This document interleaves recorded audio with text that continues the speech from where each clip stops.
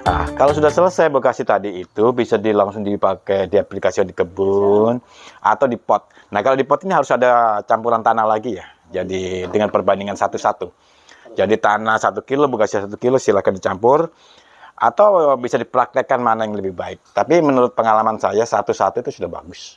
1 bekasi, 1 tanah itu campuran yang ideal banget gitu.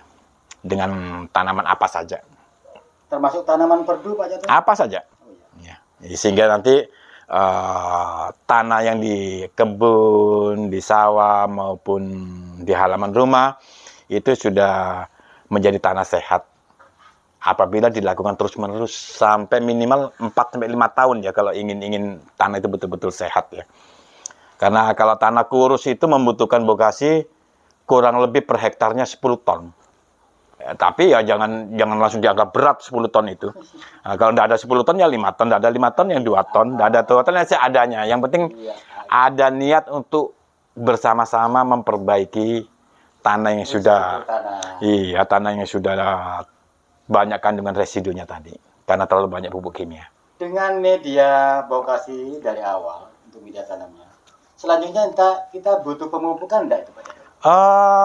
Karena tanah ini sudah kandungan residunya sudah sangat tinggi, karena kita selalu memakai pupuk anorganik atau pupuk sintetis ya, sehingga reaksi daripada pupuk organik ini lambat banget. Jadi jangan punya angan-angan, punya harapan bahwa dengan pupuk organik langsung bisa subur gitu, bukan begitu ya. Jadi tetap harus dibantu dengan pupuk buatan atau pupuk sintetis. Tapi dengan meminimalisir begitu ya? Ya, begitu. Jadi nanti mulai setelah dikasih bokasi atau dikasih kompos, mulai dikurangi pupuk kimianya, setahap demi setahap ya, berangsur-angsur. Tapi kalau untuk dihilangkan sama sekali saya rasa sulit ya. Tapi membutuhkan waktu yang bertahun-tahun. Dan radius minimal 10 kilo pelayanan organik di sana itu baru bisa dikatakan hasilnya organik. Tapi kalau sekarang ini kan hanya pelayanannya atau caranya saja pakai organik. Tapi hasilnya ya jangan dikatakan organik lah. Ya. Tidak full ya? Ya tidak. Berarti dalam satu kampung misalnya ada kampung organik mungkin bisa Pak Jatuh dengan gitu? Kalau secara serentak mereka mempergunakan organik selama minimal 5-10 tahun secara kontinu. Sampai sumurnya atau sumber airnya juga tidak terkontaminasi dengan pupuk-pupuk sintetis dan sebagainya. Dan udara juga tidak terkontaminasi di daerah situ misalnya. Lambat laun insya Allah akan menjadi daerah organik. Tapi tidak bisa instan ya. Tidak bisa setahun, 2 tahun, tidak bisa. Proses ya? Proses, membutuhkan proses yang sangat panjang. Jadi tidak semerta-merta langsung organik itu dengan memakai kompos atau memakai bokasi langsung bisa dikategorikan organik, bukan. Hanya pelayanannya aja yang organik. Kalau misalnya kita punya greenhouse. Iya. Gimana dengan greenhouse? Kita pakai. Sekarang fungsi daripada greenhouse itu apa? Kita harus sadari. Nah, terus fungsi daripada kompos ini apa? Yang paling penting kita ini mengerti fungsi dari apa yang kita aplikasikan. Greenhouse itu untuk apa? Kompos itu untuk apa? Misalnya terus intinya pestisida itu apa gitu loh ya. Unsur-unsur apa yang terkandung di dalamnya ini yang kita harus tahu. Jadi jangan asal-asalan bikin terus kita tidak tahu fungsinya. Sehingga nanti salah sasaran. Karena kebutuhan tanaman itu misalnya kebutuhan makro dan mikro. Makronya itu apa, mikronya itu apa. Yang paling penting itu bikin kompos juga gitu, kandungannya apa di dalamnya. Pupuk juga gitu, kalau kita beli pupuk masa pertumbuhan tanamannya ini bagaimana, pupuk yang cocok itu apa, bukan merek ya, tapi unsur yang terkandung di dalamnya seperti itu. Tidak semerta-merta asal klak, mupuk, bukan seperti itu. Nah, tapi daripada ruwet-ruwet ya pakai NPK aja. Dalam arti NPK adalah pupuk yang berimbang, pupuk majemuk yang berimbang, bukan pupuk tunggal. NPK ini bisa didapat dari organik, bisa juga didapat dari anorganik. Seperti itu. NPK adalah unsur yang dibutuhkan oleh tanaman, tapi itu adalah pupuk yang berimbang. Nah, tentang nanti dia mau pakai 15-15, 16-16 atau lain sebagainya, tergantung kebutuhan tanaman itu sendiri. Jadi pupuk juga Nggak bisa dikategorikan ini pupuk bagus, ini tidak. Nah, itu salah pengertian. Dengan merek yang Banyak yang salah pengertian. Ini merek ini bagus ya. Bagus untuk tanaman yang bagaimana seperti itu.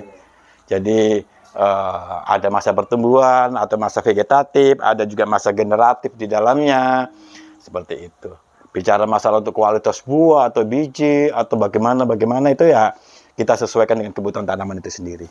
Jadi Jadi ini Pak Catur ya, ada pertanyaan, ada praktek-praktek nih kita pakai bahan-bahan organik dengan misalnya tanah di dekat pohon pisang yang di dekatnya pohon bambu atau yang lain-lainnya, kita nggak ngerti juga itu gimana? kembali saya katakan tadi, kita harus tahu betul fungsi atau kandungan unsurnya. Benar-benar. Misalnya pohon pisang, misalnya gitu ya, Benar-benar. itu akarnya mengandung apa, unsur apa, misalnya bonggolnya mengandung apa, batangnya mengandung unsur apa, sampai daun keringnya mengandung unsur apa. Nah, ini yang paling penting, sehingga kalau kita membuat suatu adonan, membuat suatu formula, itu tahu ini sasarannya mau ke generatif atau vegetatif. Nggak asal-asalan ini tumpuk, nah, nggak ada arahnya, gitu kan. Jadi ada garisnya, oh ini pupuk untuk apa, vegetatif, itu pupuk untuk generatif, misalnya seperti itu. Jadi jelas, nggak asal mengaplikasi dan lain sebagainya. Tapi kembali sih perlu diingatkan bahwa pupuk organik ini resikonya rendah. Iya. Lebih ramah lingkungan ya daripada pupuk sintetis. Kalau pupuk sintetis itu kadang-kadang kalau overdosis bisa mati atau gosong dan sebagainya.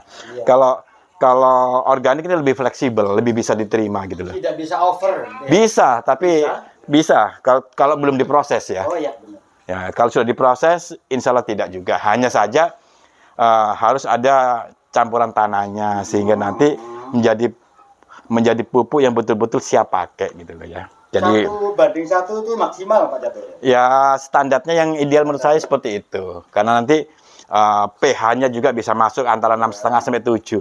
Jadi untuk tanaman hortikultura itu sangat bagus gitu ya untuk pH seperti itu. Makanya di proses pembuatan kompos obligasi di situ juga perlu ada beberapa tambahan seperti kapur dolomit untuk mengatur keseimbangan keasaman atau keasaman tanahnya itu sendiri, bahannya itu sendiri.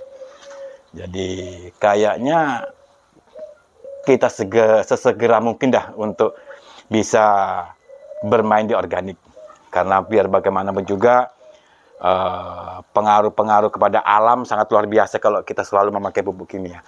Kita tinggalkan kalau bisa secepatnya pupuk kimia dan kita kembali ke organik. Karena di situ kandungan residunya juga kecil banget dan mempengaruhi pada anak cucu kita nanti. Apalagi pupuk kimia harganya yang sekarang melambung tinggi dan sulitnya bukan main Pak Catur. Ya itu betul sekali dan sudah berbau politik kalau seperti itu ya, harganya tinggi ya. Ya intinya gini, ayolah kita beramai-ramai menyadari bahwa tanah kita sudah kandungan residunya tinggi, kita kembalikan seperti dulu-dulu lagi, ramah lingkungan, kita tidak khawatir, tidak was-was lagi, dan juga terjadi sesuatu yang lebih positif terhadap pemanasan global. Seperti itu. Pemupukan untuk penyuburan dengan pembuahan itu sama enggak Pak Catur? Seperti saya katakan tadi, kita harus mengetahui unsur. Karena kebutuhan nutrisi tanaman itu satu, kalau dalam masa pertumbuhan atau vegetatif, di situ dibutuhkan unsur N tinggi. Ya. Jadi nitrogen harus lebih banyak kayaknya kalau dalam masa pertumbuhan tadi itu. Begitu masuk fase generatif, unsur P dan unsur K tinggi. Unsur P bisa merangsang pertumbuhan tunas, merangsang pertumbuhan akar lebih baik sehingga suplai nutrisi lebih bagus ke pohon itu sendiri, dan juga bisa merangsang pertumbuhan bunga. Itu unsur P-nya. Sedangkan unsur K-nya untuk kualitas sehingga nanti maksimal manisnya bisa maksimal, besarnya kekuatan kulit juga bisa maksimal, dan ketahanannya lebih maksimal juga. Jadi unsur P dan K untuk generatif bagus. Atau aplikasi tadi harus benar-benar pas sesuai dengan pertumbuhan tanaman. Generatif, vegetatif, unsur apa yang dibutuhkan vegetatif, di generatif apa yang dibutuhkan seperti itu. Jadi Nggak serumun selamat, nggak seperti itu ya. Jadi harus tahu kebutuhan mikro dan makronya. Ya, misalnya begini, dari benih kita tanam jadi bibit, misalnya gitu. Setelah bibit kita aplikasikan ke lahan, di situ mulai pertumbuhan vegetatif berjalan. Oh, iya. Jadi misalnya jagung sampai berumur 1 bulan, itu sudah masih masuk vegetatif. Masa vegetatif. Iya. Nah, setelah itu dia sudah mulai masuk ke masa generatif, pembentukan bunga, Ya. biji, dan panennya nanti. Ya, seperti itu. Jadi Generatif. ya, masuk generatif. Jadi awalnya dibutuhkan N tinggi, setelah masuk fase generatif, kembali saya jelaskan tadi, unsur P dan K yang tinggi. Seperti itu. Perlakuannya sesuai dengan usia juga. Ya. Betul, itu sangat penting. Ya. Dan petani ini lemahnya di situ, sehingga mereka sering, misalnya kita lihat padi roboh semua, ya. Benar, Pak Jatuh. Nah, itu kebanyakan unsur nitrogen yang mereka berikan, unsur P-nya kecil, sehingga kekuatan batangnya itu berkurang. Iya, benar. Akhirnya roboh semua. Dan makanya dalam proses tanaman ini bagus meliputi 3 tahap ya. 1, pengolahan tanah yang betul. Iya. Kedua, mencari benih atau bibit yang betul. Ya. Ketiga, pengawalan tanaman yang betul. Kalau sudah pengolahan tanah yang betul, benih atau bibit yang betul, pengawalan tanaman yang betul, insya Allah hasilnya pasti betul. Jadi jangan asal tanam. Kenapa seperti itu? Karena tataannya yang benar seperti itu. Jadi pengawalan tanaman yang betul itu misalnya mulai dari pemupukan, terus pengobatan, dan lain sebagainya. Jadi sebisa mungkin membeli benih atau bibit itu yang baik ya, yang sudah melalui proses gitu ya. Jadi jangan terus ngambil bijinya tomat, misalnya langsung dipertelur, dijemur, ya jangan dah, kalau bisa jangan. Ya, karena mempengaruhi hasil produksinya nanti. Alangkah baiknya berarti kita beli bibit di pertanian. Yang baik, baik itu di pertanian atau di tempat-tempat yang lain, yang penting yang baik gitu ya. Nah, otomatis kalau di pertanian karena itu bidangnya, jadi insya Allah di sana punya banyak kelebihan, baik petugasnya maupun penjelasannya di sana lebih positif. Gitu. Berdasarkan standar gitu ya? Ya, jadi suatu perlu terobosan yang besar agar yang beli maupun yang jual sama-sama tahu. Karena ini terutama yang jual Pak Jatuh. Ya, ini pemerintah harus banyak kecampur. Jadi penyuluhan dan sebagainya. Dan syarat-syarat untuk membuat kios pertanian itu alangkah baiknya betul-betul dalam pengawasan yang ketat. Ya. Dia punya bekal masalah ilmu pertanian gitu ya. Seperti itu. Jadi toko umum gitu ya. Iya. Dan sekarang kenyataannya begini. Jadi yang beli sama yang jual sama-sama nggak tahu. Itu parah sudah itu.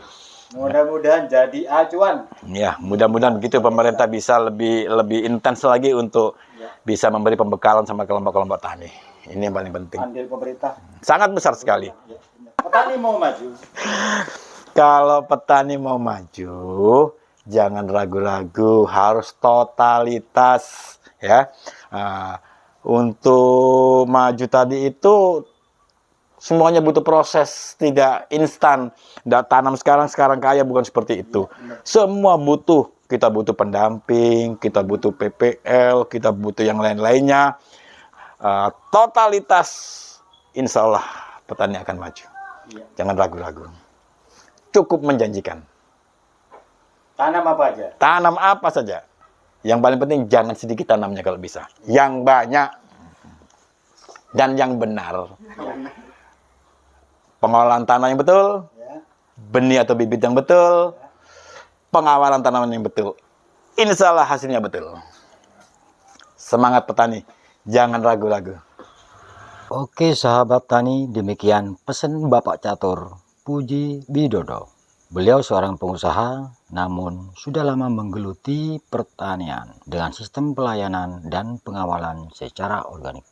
Dan semoga tutorial ini bermanfaat bagi kita semua dan menjadikan kita sebagai petani yang segera mungkin go organik.